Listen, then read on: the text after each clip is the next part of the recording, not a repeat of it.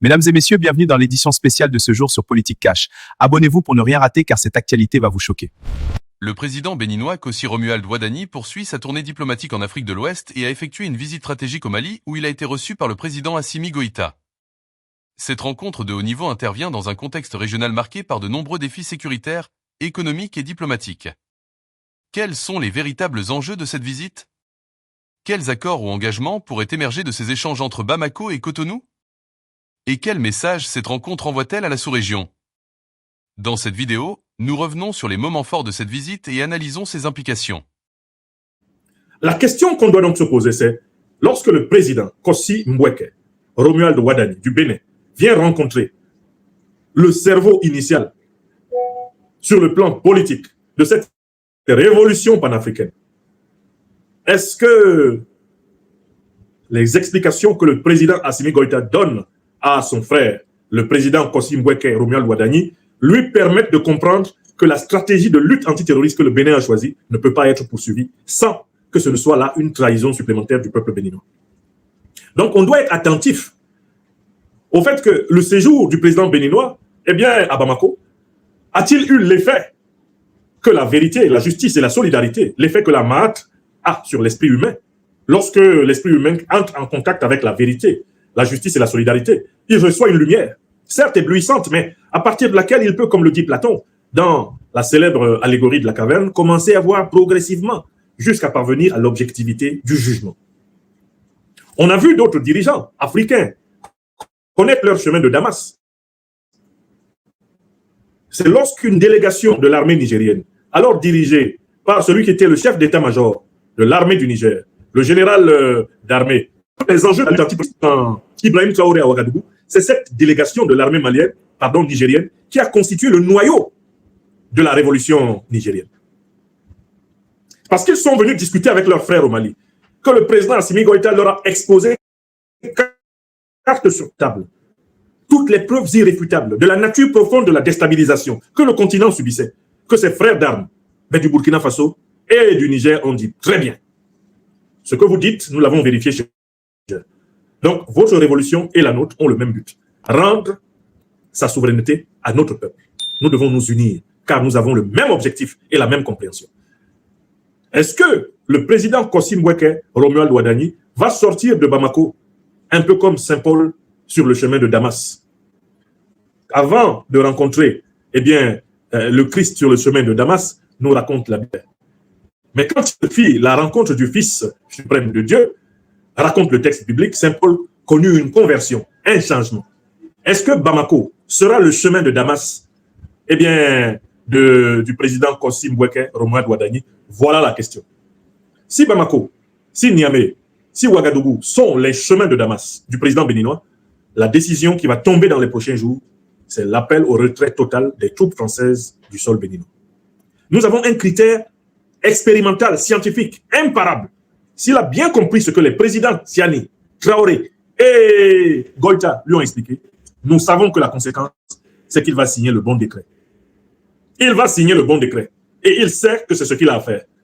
Marcher dans les pas du grand Mathieu Kérékou. Marcher dans les pas du roi Béanzin. Marcher dans les pas du roi Glélé.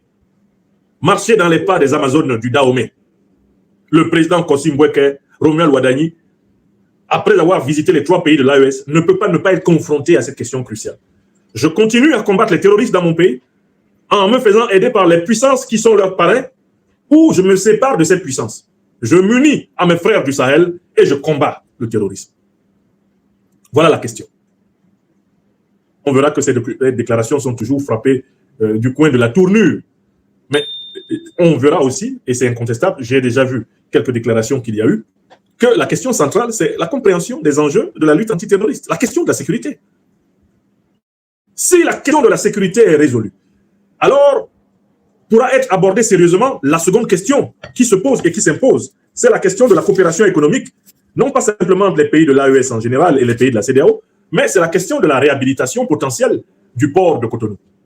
Le président Kossi Mbweke Romuald Wadani arrive au pouvoir avec un Bénin en chute libre. Pourquoi? Parce que la politique néocolonisée, la politique ostraciste, la politique agressive du président précédent Patrice Talon a vidé le port de Cotonou. a effondré une bonne partie du tissu économique béninois dont l'activité tournait autour justement de l'import-export des marchandises du Niger et potentiellement par là des marchandises du Burkina Faso et même des autres pays de la grande zone AES.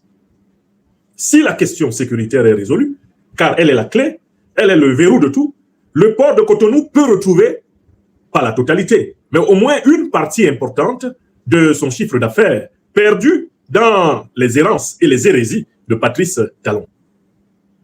Donc, le président Kassim Boueke Romuald Wadani joue là le va-tout de la relève, du relèvement du port de Cotonou. Il joue là le va-tout de la remise en valeur de la position stratégique du Bénin comme porte d'entrée et de sortie des biens et des services par rapport au grand océan Atlantique. S'il rate la question sécuritaire, il va rater dans la foulée la question économique.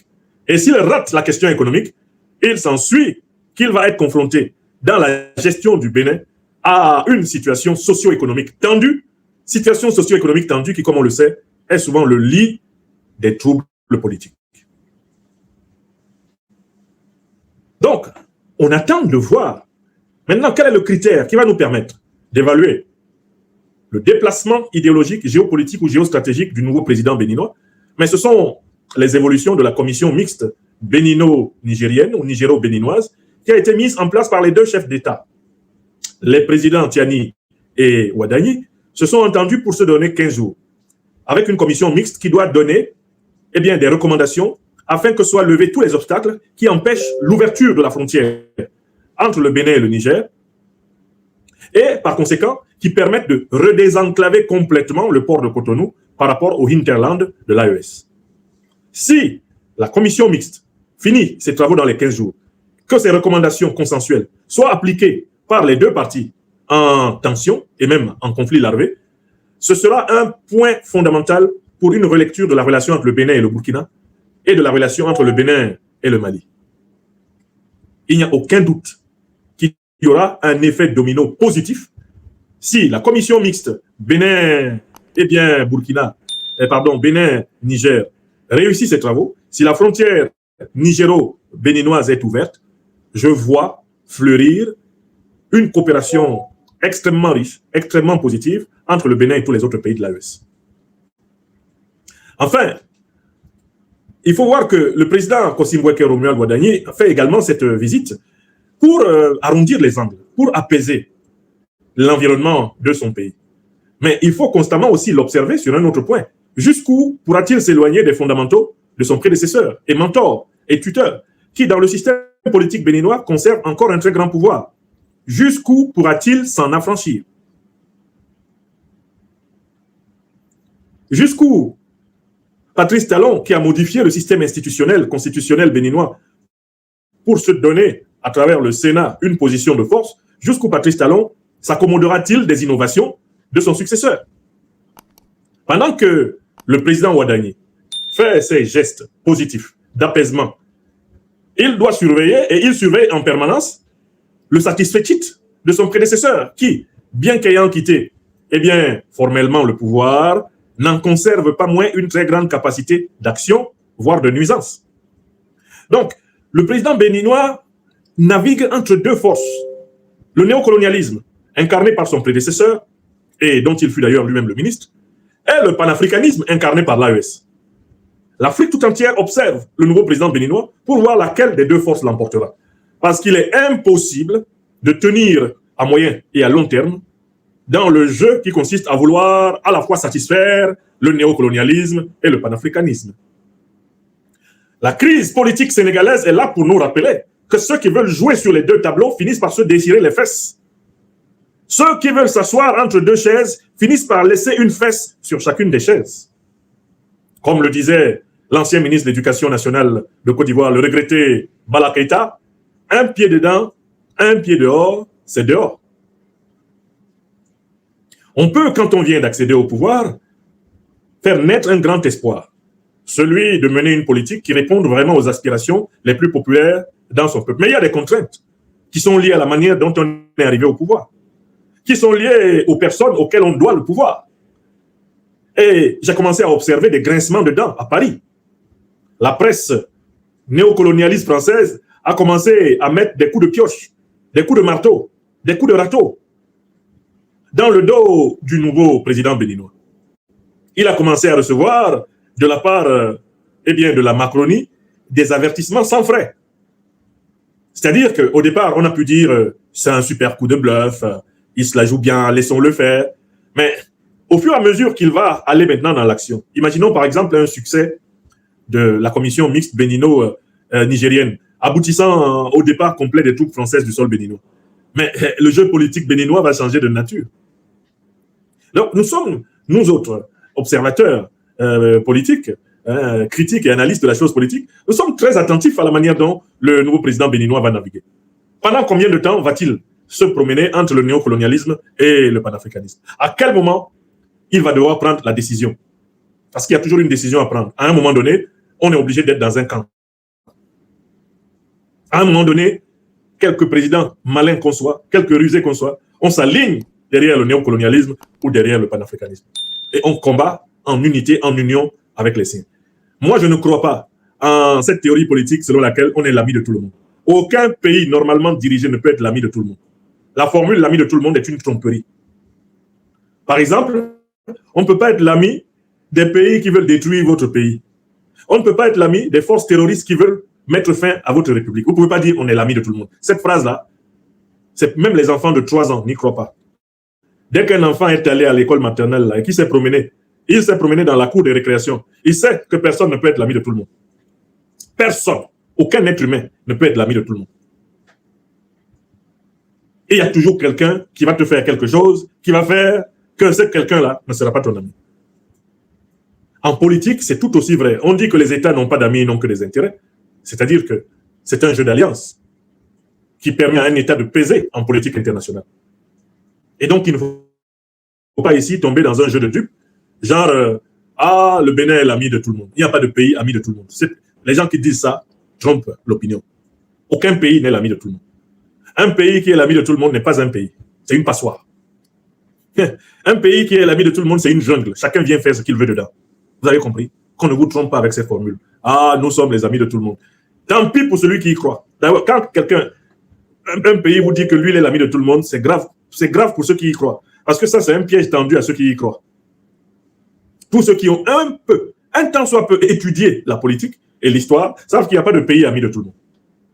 Donc, est-ce que le président Ouadani, lui aussi, va commencer à nous dire que lui veut être l'ami de tout le monde? Ou que lui, il est sûr d'être l'ami de tout le monde? On comprendra qu'il s'est aligné derrière le néocolonialisme. Oui, celui qui est l'ami de tout le monde, c'est un menteur.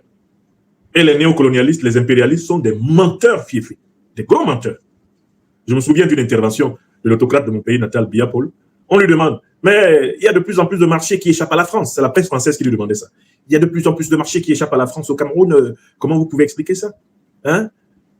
Et le Cameroun est l'ami de tout le monde. On ne prend pas quelque chose à quelqu'un pour donner à quelqu'un d'autre. Chacun a sa place chez nous. Il disait ça aux journalistes français et il pensait même que certains d'entre eux pouvaient le croire. Ils l'ont regardé en disant, quel menteur. C'est nous qui l'avons vraiment formé. Quel menteur. Comment tu peux être l'ami de tout le monde? Est-ce que toi-même dans ta vie toi-même là, tu es l'ami de tout le monde? Dans ta famille là, est-ce que tu peux être l'ami de tout le monde? Ta famille élargie, tu peux être l'ami de tout le monde. Commençons par là. Tu as fait des établissements scolaires, tu étais l'ami de tout le monde. Tu as travaillé en entreprise, tu as travaillé dans les administrations, tu étais l'ami de tout le monde. Et puis c'est en politique que ça va arriver comment? Même ceux qui nous ont été présentés par les principales religions comme des saints, ils n'étaient pas les amis de tout le monde. Et tout le monde ne les aimait pas.